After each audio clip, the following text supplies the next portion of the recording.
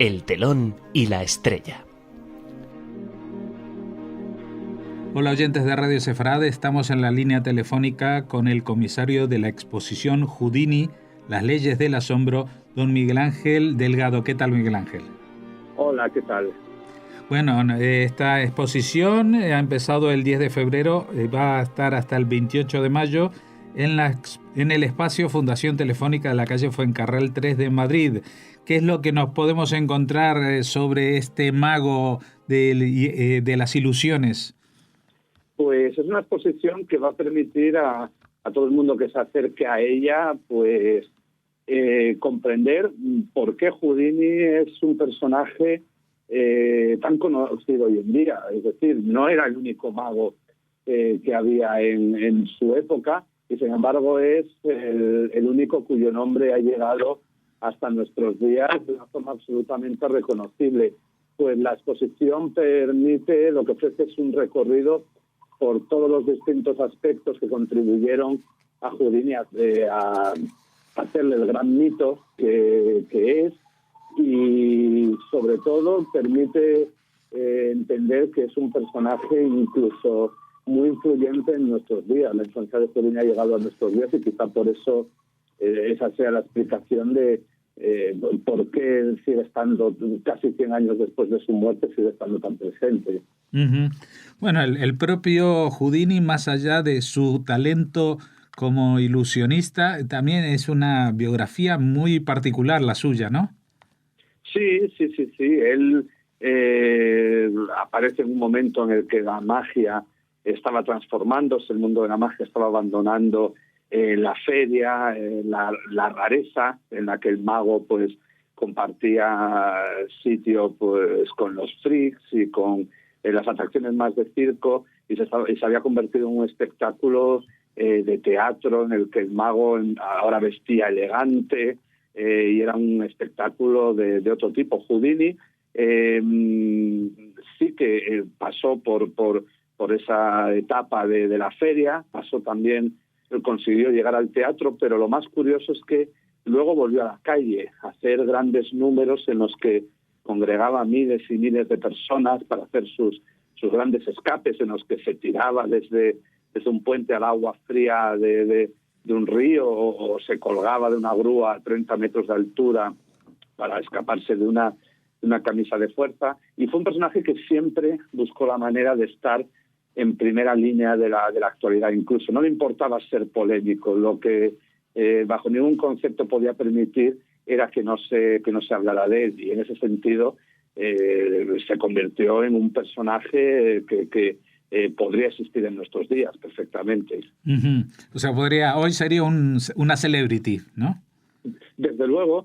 Hay un ejemplo que siempre contamos, María Santoyo y yo, los dos comisarios, pero el que creemos totalmente. Por ejemplo, algo que él hacía en su época era, cuando estaba de gira a cualquier ciudad que llegara, lo que iba, siempre buscaba la celda más segura, la prisión más segura, para que le encerraran y poder liberarse, y demostrar que no existía ninguna forma de contención ideada por el ser humano que ahí le pudiera retener. Pues tanto María como yo lo que pensamos es que, por ejemplo, estamos seguros de que él no pararía hasta conseguir hacer un número de escapismo en Guantánamo, por ejemplo, porque lo hizo con celdas equivalentes en su momento de máxima seguridad, donde incluso estaban encerrados el asesino de un presidente de Estados Unidos, o el transporte que llevaba a los deportados a Siberia en la Rusia zarista. Él se escapó, demostró que no podían contenerle.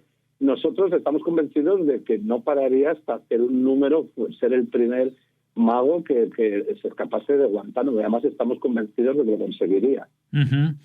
Bueno, para conseguir eso, ¿cuál era su punto más fuerte? ¿Su estado físico, la inteligencia, el sorprender?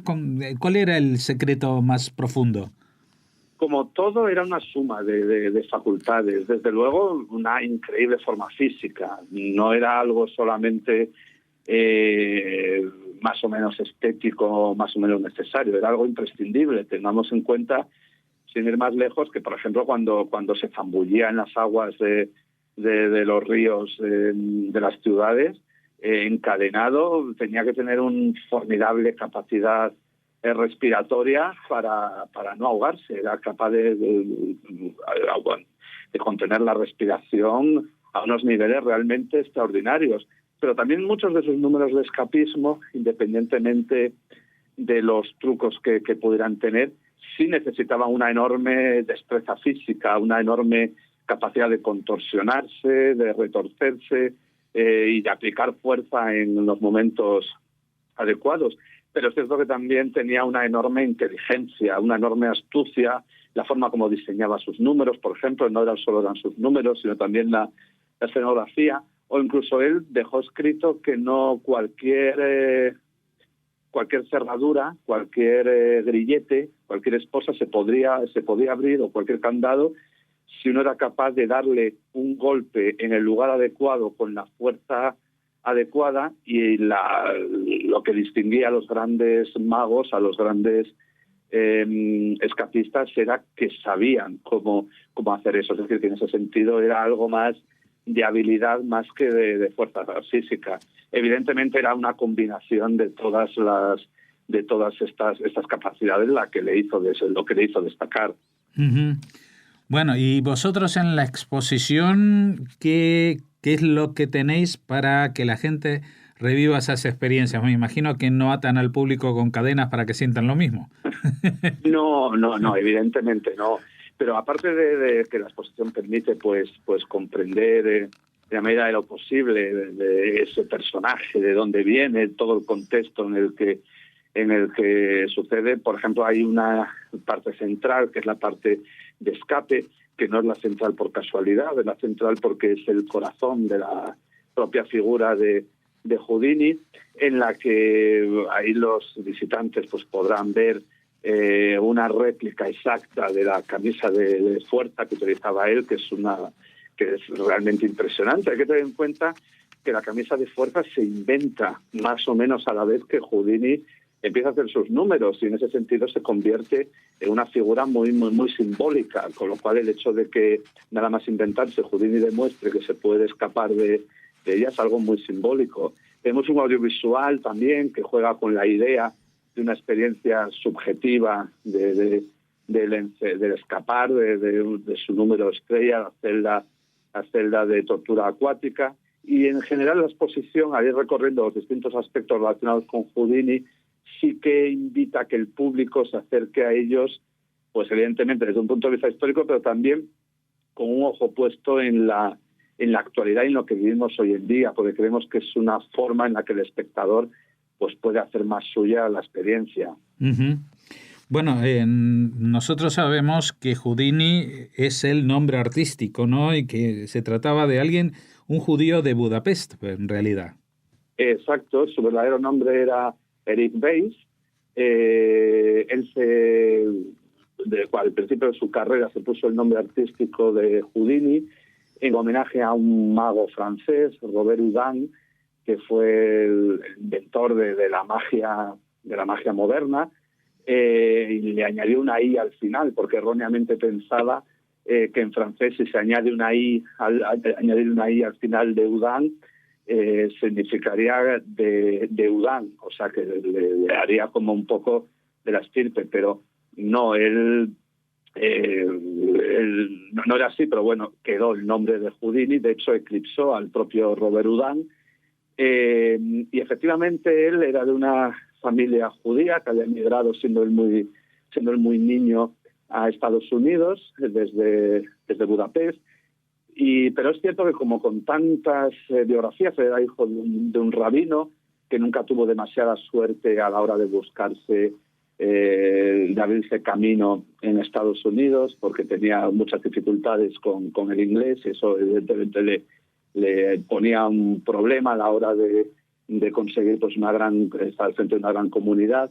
Pero como tantos otros judíos europeos que emigran a Estados Unidos, él se considera ante todo estadounidense, hasta tal punto que, en cuanto puede, hace que en su pasaporte figure como nacido en Estados Unidos, y de hecho él no es hasta casi 2 décadas después de su muerte que la inmensa mayoría de los norteamericanos se enteran de que no había nacido en Estados Unidos como erróneamente habían creído, sino que él había emigrado desde Europa, porque la historia que él había contado era que su familia se había emigrado desde Europa, pero que él ya había nacido en Estados Unidos. Uh-huh.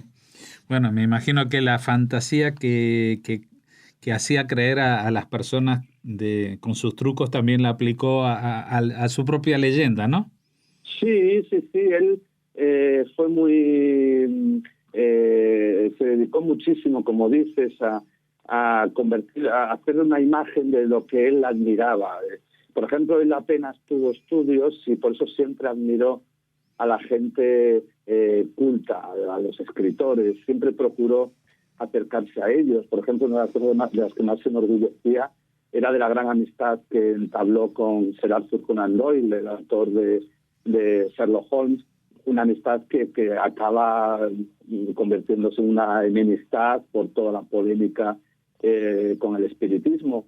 Y, por ejemplo, también invirtió una enorme cantidad de dinero en reunir una formidable biblioteca de miles de volúmenes de objetos y de impresos en torno a todos los aspectos posibles de la historia de la magia de cualquier época, también los principios científicos en torno a la magia. Tanto es así que la biblioteca Houdini está hoy en día en la biblioteca del Congreso de Estados Unidos y es formidable. Es decir, es una de las mayores bibliotecas dedicadas al tema, tan enorme que para ser gestionada tuvo que contratar a tiempo completo a un bibliotecario que antes había trabajado en la Universidad de Harvard. Y en general él sí que procuró, pues no mentir exactamente, no llega al grado de otros personajes que sí que se inventan totalmente su historia. Él nunca se arrepiente de haber empezado desde lo más bajo en el mundo de la magia, en las ferias, en los lugares más sórdidos. Él lo contaba hasta con orgullo y siempre tuvo mucho respeto por quienes habían sido sus compañeros de inicio de carrera, pero es cierto que sí, en la medida de lo posible, sí que procuró pues maquillar un tanto la historia para magnificarle, sí. Uh-huh. Bueno, lo que usted ha mencionado de esa enemistad, o sea, amistad y luego enemistad con Conan Doyle, sobre el tema del espiritismo, se puede decir que también fue un pionero en el tema de denunciar las pseudociencias, es decir, cuando se pretendía que determinados fenómenos respondían a algo sobrenatural, él hacía lo posible por demostrar que no. Sí, él no fue el primero, pero sí, desde luego, el más importante y el que marcó una época. Incluso el movimiento escéptico que existe hoy en día, Houdini es claramente uno de sus inspiradores. De todas maneras, hay que también situarlo en su momento. Es la época tras la Primera Guerra Mundial, había provocado una cantidad de muertos sin ningún precedente en la historia de la humanidad, millones y millones de muertos. Muchas familias habían perdido muchas, incluso a más de un miembro de la familia, y eso provoca un resurgir del espiritismo, que ya ha tenido una época gloriosa, entre comillas, a mediados del siglo XIX, y claro, que llama la atención a muchísimos desalmados que ven que hay un negocio. Pero en realidad Houdini quería creer en la vida en el más allá, y en el fondo a él lo que le produce la enorme amargura es cuando muere su madre en 1913, por la que él estaba muy unido. Ella muere además mientras él estaba de gira por Europa, con lo cual no la puede acompañar en los últimos momentos, y él queda muy marcado con la obsesión de qué le habría dicho su madre si hubiese estado con ella, y de hecho empieza a acudir a sesiones de espiritismo para intentar contactar con ella, y es en una que organiza Arthur Conan Doyle con su segunda mujer, ejerciendo de medium, en la que afirma el método que utilizaba la mujer de Doyle era que supuestamente el espíritu de la contactada, en este caso, le invadía. Entonces ella se ponía a escribir de manera automática lo que dictaba ese espíritu, pues cuando le entrega esas hojas a Houdini se da cuenta de que aquello es un timo, en primer lugar, porque están escritas en perfecto inglés, su madre nunca aprendió el inglés, su lengua de expresión era el yiddish, tenía expresiones cristianas cuando su madre, como hemos dicho, era judía, y lo que más le ofendía era que al parecer ese día era el cumpleaños de Houdini y su madre no le felicitaba, cosa que a su madre nunca se le habría olvidado su cumpleaños. Esa es la prueba del algodón, como se dice. Esa, una madre judía jamás se olvidaría de eso. Exactamente. Así que esto es 1922 y ahí ataca ya violentamente en la prensa y a Arthur Conan Doyle y a su mujer, y es cuando ya se lanza de verdad una cruzada a desenmascarar a los medios, a infiltrarse en sus sesiones, a reventarlas. Se da cuenta de que en realidad los medios lo que utilizan son los mismos trucos que puede hacer un mago en escena, pues para que vuelen sillas, objetos, se oigan sonidos, incluso crear ectoplasmas. Él demuestra que son trucos al alcance de un mago. Durante 4 años, hasta su muerte, pues prácticamente ocupa más espacio en la prensa por sus continuas polémicas con yo iba a decir los medios, pero es que en realidad la gran mayoría eran mujeres, casi sería más acertado decir las medios, que por otra cosa incluso llega a testificar ante un comité del Congreso para un proyecto de ley para que se prohibiera poder cobrar por servicios de futurología o de espiritismo. Uh-huh. Bueno, don Miguel Ángel Delgado, comisario de esta exposición de Houdini llamada Las leyes del asombro. Estamos asombrados con esta exposición. También el hecho de que se puedan hacer exposiciones que no solamente traten de temas del gran arte con mayúsculas, sino también de estas artes populares como son la magia, que siguen encandilando a la gente. Empiezan con los niños, pero también los mayores seguimos queriendo creer en que hay cosas mágicas e inexplicables. Muchas gracias por habernos atendido y le recomendamos a los oyentes, les recordamos que hasta el 28 de mayo estará esta exposición de lunes a domingo de 10 a 8 de la tarde en el espacio Fundación Telefónica en la calle Fuencarral 3 de Madrid, 4ª planta, ¿no? Exacto, sí. Pues allí esperamos que todos puedan volver a encontrarse con el niño que fueron y con el arte de Harry Houdini. Muchas gracias, Miguel Ángel Delgado. Muchas gracias a vosotros.